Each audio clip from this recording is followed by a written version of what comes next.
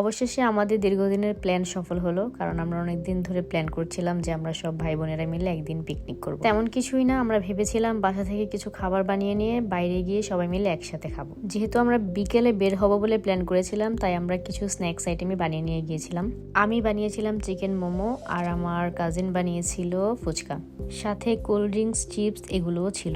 যেহেতু আমরা দেশের বাইরে থাকি, তাই আমরা বাংলাদেশের এই স্ট্রিট ফুডগুলোকে অনেক বেশি মিস করি। তো সেদিন আমরা আমাদের বাসার খুব কাছের একটি পার্কে সবাই মিলে বসেছিলাম, যাতে বেশি রাত হয়ে গেলেও বাড়ি ফিরতে কোনো অসুবিধা না হয়। আর আমরা প্রতি বছর সামার টাইমে এই ধরনের পিকনিকগুলো একটু বেশি করে থাকি। যেহেতু এখনো সামার টাইম চলছে, বাচ্চাদের স্কুল এখনো খুলেনি, তাই আমাদের মতো সেখানে আরো অনেক লোকজন ছিল। তো আমরা সেখানে আমাদের মতো গল্প করছিলাম, আড্ডা দিচ্ছিলাম, খাবার দাবার খাচ্ছিলাম। তারপর আমরা বিকেল থেকে সন্ধ্যা পর্যন্ত আড্ডা দিলাম। সেদিনের এই আউটিংটা আমরা সবাই খুব বেশি এনজয় করেছিলাম।